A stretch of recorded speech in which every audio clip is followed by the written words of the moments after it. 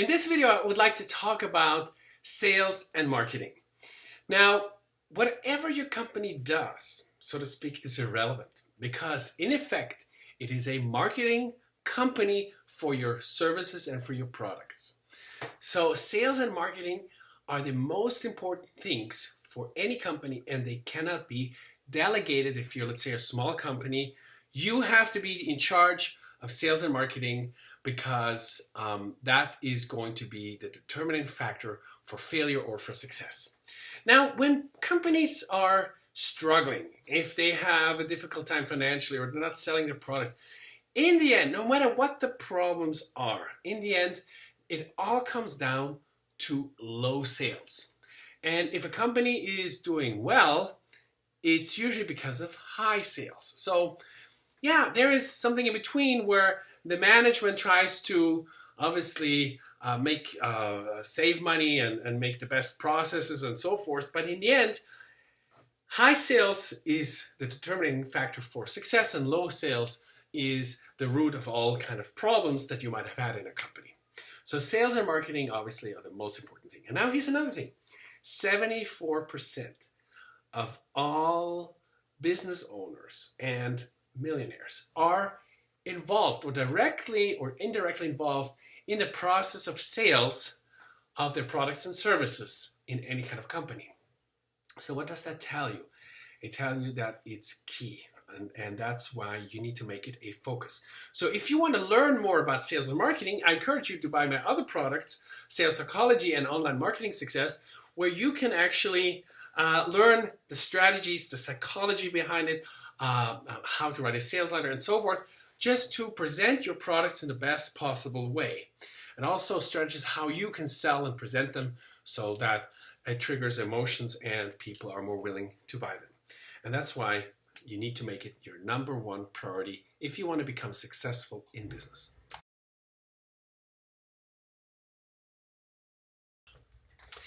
Now, let me tell you a little bit about my own sales experience. So I've had over 3,000 face-to-face client meetings when I was a financial planner, which were basically I was selling financial products like mutual funds or insurance products to private investors or private clients. And with that, I gained a lot of experience. But I also built sales teams. So I was first a team leader, then a team manager of many people. And when I was young, I hired over 75 people, hired, trained, and coached them, and went with them together to client meetings. And then later on, I had 3 different sales organizations with about 60 people where I trained them and I taught them about sales and so forth, and how to be successful in sales. Now, if you have a product or service, I want to encourage you to build a sales force or to build a sales team. And if you want to learn more about it in detail, how to do that, I encourage you to buy and study my leadership program, because in there I explain in detail what it takes to be a great leader or teacher or trainer or whatever you want to call it, so you can build a successful team. Now, what I want to tell you is when you build a sales team, and let's say you have a product or service in your company, and here's something important. If you are alone and you try to sell products, let's say you're just one person, you can only, let's say, work 8, 10, or let's say 12 hours a day because your time and energy is limited. And then let's say you can make, let's give you a number, let's say $200 per day by selling, for example, okay? But if you have 10 people, and let's see, those people maybe are not quite as good as you, they only make half, they only, make $100 per day, but it's times 10, then they make $1,000 per day in production, so to speak, versus you making alone $200,000.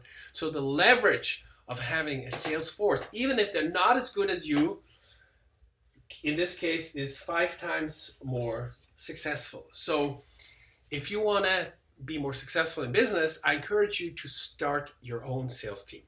If it's a phone room, a call center, or people who go directly to see clients, or whatever it is, it's going to make a difference in your bottom line. And if you don't have a sales force, start one today.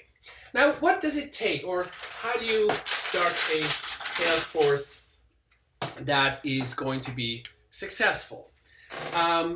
Typically, and here's the key. This is what I've learned. Is let's say you are the CEO of your company, okay, and you're responsible for marketing, you're responsible for production, you're responsible for sales, and whatever else you have to do. But the problem is, if you are responsible for sales and you have a sales team here, and you have to worry about every single person here, then things like production or marketing or operations here or administration, all these other things are going to suffer because obviously you can't do everything, okay? You just can't. It's not logical. It doesn't make sense. At first, maybe, yes, but after a while you can't. So the key here is to get a manager, obviously. And this manager or this sales manager here who is responsible for running your team. Now, typically when you have an accountant, obviously an accountant is more introverted in his personality, and an accountant usually doesn't like to go out there and present himself and do sales. But a salesperson is a more introverted person, and they go out and they're loud and they're maybe not as organized and they're a little bit chaotic and so forth. So what it takes here, you will have a bunch of wild horses, I call them. So people who are not necessarily always quiet, okay? And therefore, you need to have a manager here who is somewhat dominant. And I want to call it almost like a drill sergeant, okay?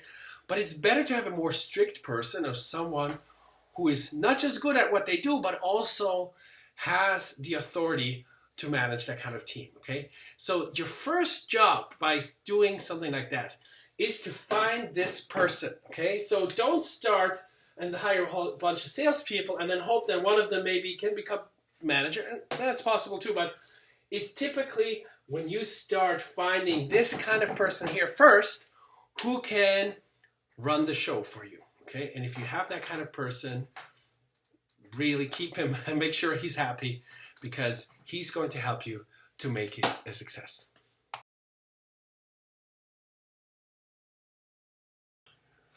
When it comes to raising money, let's say for your company, for your projects and so forth, the experience that I've made, and this is actually funny, I had about 25 people in one of my sales organizations. So 25 people. And the funny thing was that 5 of those people, they raised a lot of money. They raised, let's say, 200,000, sometimes to even, let's say, $1 million, $500,000 per month.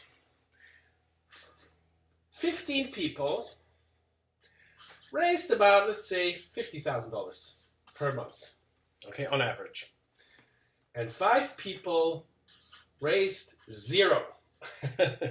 Okay, so those are the 25 people here, huh? Okay, so this is interesting because you have some sales stars who raise a lot of money, who are good at what they do. Then you have the big, average, group. They get a few clients here and there, which can be, one client of 50,000, or 5 clients of 10,000, or whatever it might be. But usually that's about average. And then you have the ones who just screwed up the month, who just couldn't get anything to work. And now the interesting part is that it's not always the same people. The people here sometimes are here, and the people here sometimes are here, and they switch around. Okay. Now, how do you go about to raise money for your company? And this is how, and I want to call that, like if you talk about sales funnel, it's like the sales funnel. Typically, you have to make like 100 phone calls every single day. Okay, 100 phone calls to get started.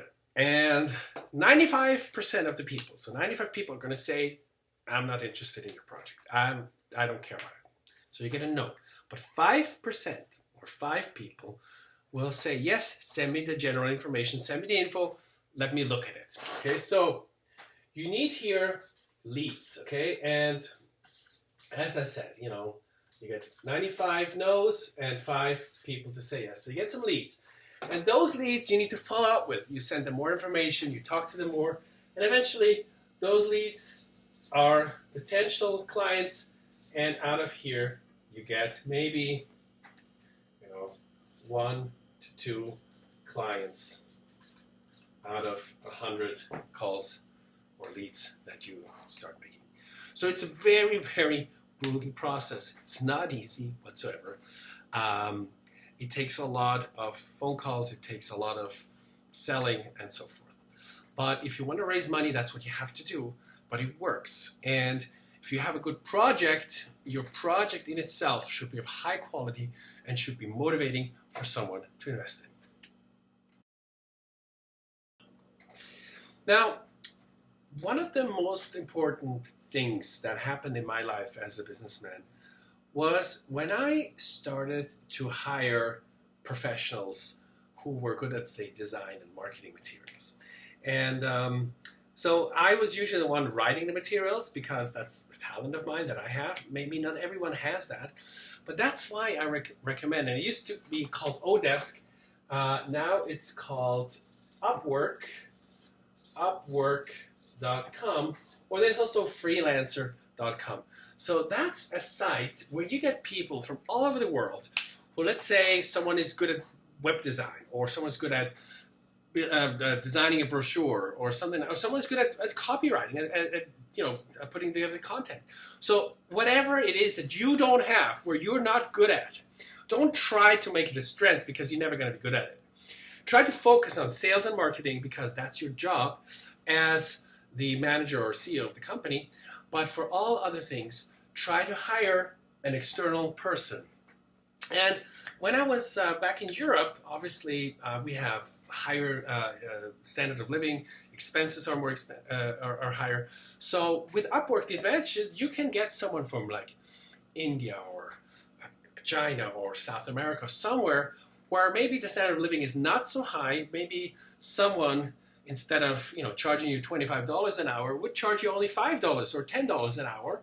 And with that, it doesn't mean that they're less competent in what they do. They might be just as good or even better, but they charge you less. So let's say you can get anywhere from $5 to $10 through this platform where you can hire someone and they create your marketing brochure. And let's say it takes them 5 hours time to create it. Then maybe your marketing brochure is going to cost you $25 to $50, which is a fraction of what it would cost you otherwise. So I encourage you to use those services.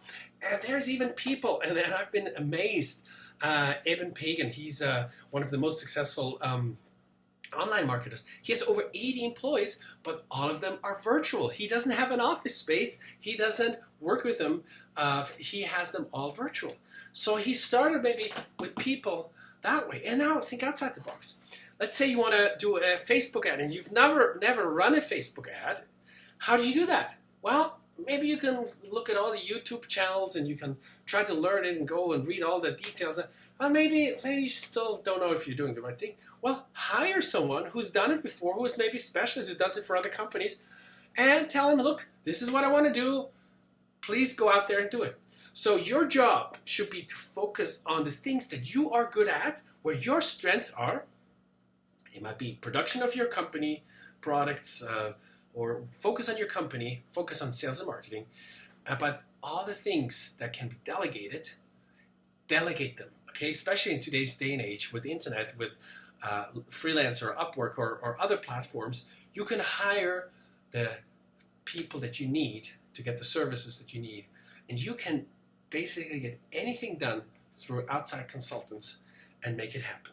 So hire a good designer, okay? Hire someone who creates a high quality logo, design brochures, who just makes everything look nicer and better, more professional. And then go out there and make it happen. When we quickly talk about internet marketing, I want to give you a very brief explanation of how you can successfully promote your products. And typically it's something like this. You run a Facebook ad. Okay, and this Facebook ad says something like, do you want to lose weight, or do you want to be more successful, want to make more money, whatever it's going to be. So you run this ad, and you can run it, let's say, I don't know, $20 a day. Maybe that's your budget. You run this ad. Then someone clicks on your ad, and they get to a squeeze page or a landing page where they have to put in their name or email address, but they get a free report or free PDF in return with some valuable information that you provide. And then maybe you get redirected to another website where you have video 1, video 2, video 3, and video 4. And maybe those videos are, let's say, 10 to 15 minutes long each, okay? All right. So the idea is this. Once you have someone in your, let's say, who's generally interested in your products or services, you present them with some free information because, you want to give something, otherwise he wouldn't sign up. But then in your video, you start with a problem, okay? Why do you start with a problem? Because people need to develop the need to see that they can actually buy this product because they need a motivation to buy a product. So you need to make them aware of a certain problem. And then you present, let's say, a solution. Then you make them aware of a second problem and give them another solution, and a third problem and another solution, and a fourth problem, and eventually your product, whatever you're selling, is the solution to whatever your whole story is. So you start with problems and you provide solutions, and in the end, you build it up to such a way that your products are going to be the solution to his problem. Okay? So, however you do this in detail, I'll explain more in other videos, but that's the general idea. Okay? And let's say your product here in the end is $2,000. Okay? So, you invest $20 into an ad, so into advertising online, and a certain amount of people go through this process. Some people will buy, some people are not ready to buy, but in the end, let's say they spend a significant amount of money. And that's how it works.